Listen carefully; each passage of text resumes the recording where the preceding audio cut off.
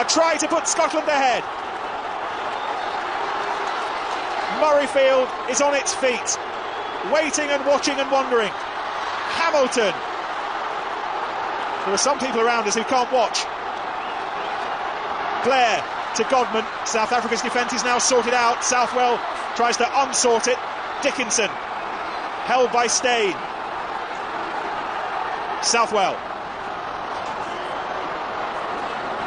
It's all slowed down a little bit since that initial break from Blair, but he's still plugging away. One more line break and they might be in.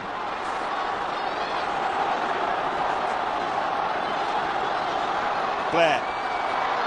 Lamont. Scotland doing as much as they can to slow the ball down. Advantage, I think, is being played.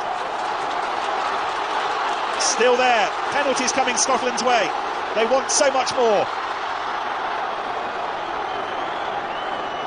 Echoes of the All Blacks a week ago until Godman goes over the top. Where's the ball bouncing? It's bouncing into the hands of Conrad Janches, that will come back for the earlier penalty. The Boks are offside. Thrilling from Scotland. Thrilling all the way. They ran it. I mean, you've got to remember, this started with Phil Godman taking a kick underneath his own post, and he decided to run it and then down the far end, and it was thrilling.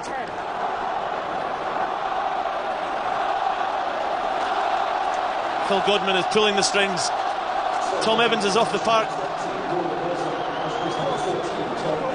Tom Evans looks like he's got some kind of muscular problem. He's been replaced by Rory Lawson.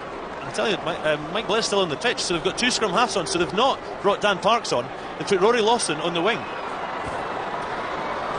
This was Ali Hogg here, and I just wondered if he should have given it, but he thought he had the pace, but then Jaque Fourie came back, tried to slow it down, but yet again there was a few other moments when the ball went out. This is Mike Blair, saw the gap, thought about the kick. We said we hadn't mentioned Ben Cairns, and he almost got to the line. To pull Scotland to within a point with 5 minutes to go. Oh no! He's missed it. He has missed it. And if ever there was a sound of 36,000 people with their heads in their hands, that was the sound.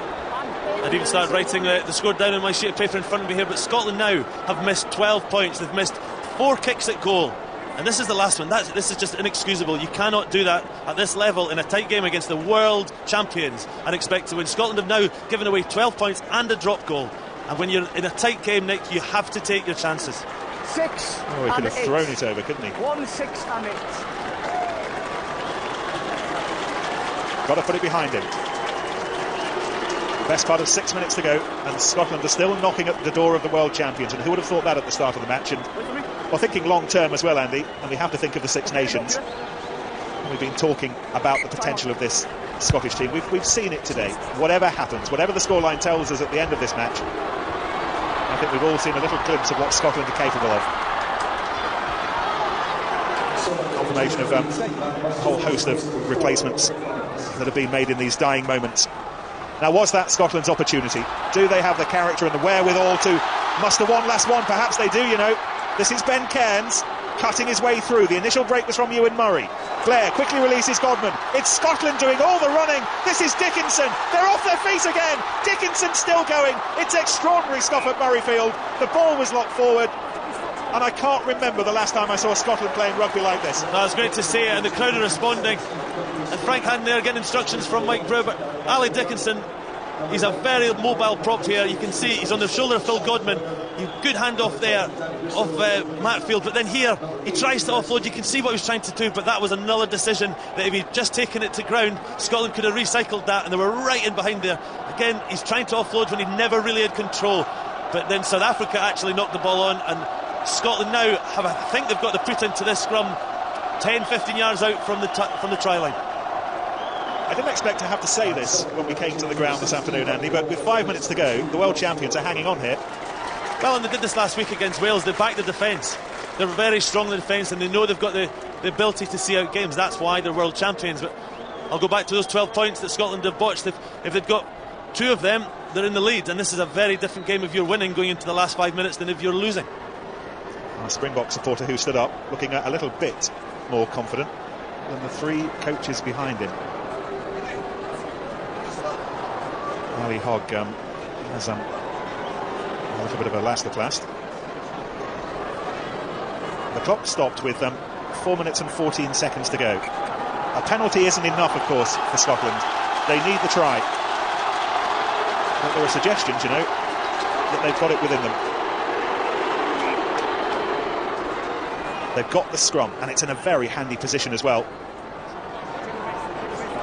They've got a very handy blind side, Andy, on this near right-hand side, the shorter of the two options, but a couple of players are in it. They've got Southwell and they've got Rory Lawson, and they've got the penalty. It's taken quickly. It's on for Scotland. This could be it. Godman goes to ground. Was that the right decision? Would the pass have created the try to put them ahead? We'll never know. But Scotland are within a metre of taking the lead against the world champions. There it is. Dickinson can see it. It's not coming back. It's another Scottish scrum. What an opportunity, though. It was. Ordinarily 4 minutes to go, you might say take the points. I think it was right. We've just missed. Phil Godman's just missed the last one. Good decision by Mike Blair. They had the composure in the first half to get the try from Nathan Hines. They need that same composure now. They can get white line fever.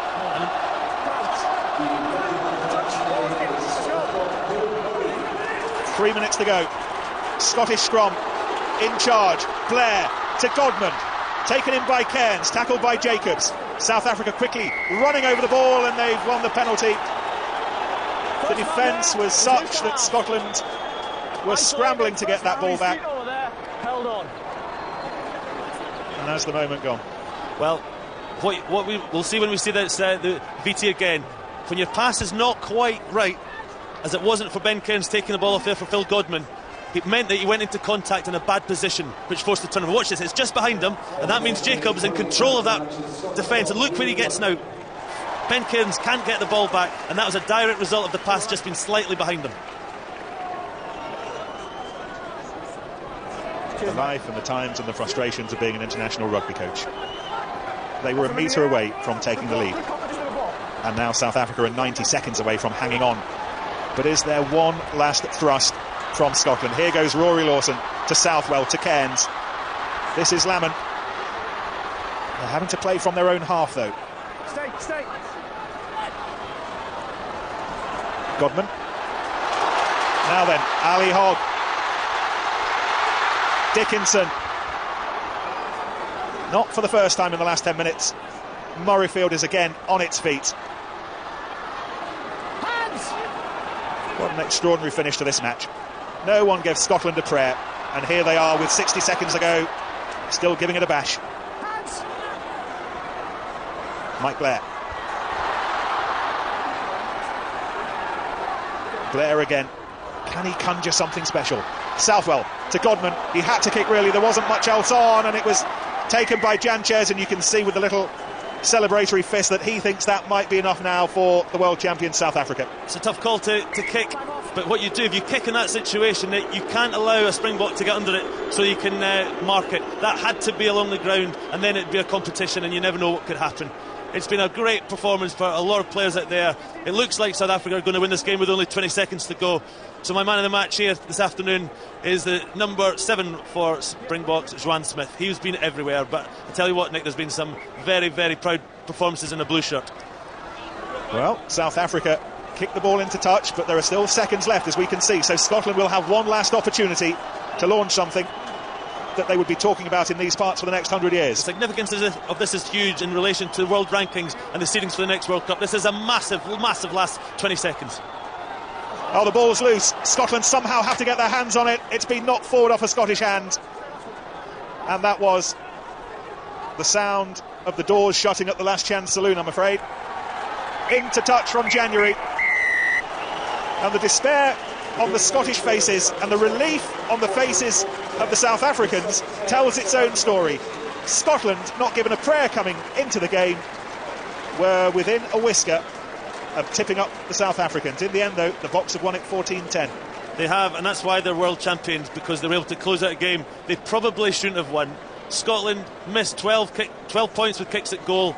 and a drop goal that just drifted past. But I tell you what, Nick, they showed some character and a lot of skill in their performance today. Shouldn't be too negative about Scotland's performance. They'll be absolutely gutted, as I am, that Scotland have lost that game because they should have won it. But there's a lot of players out there that have played very, very well.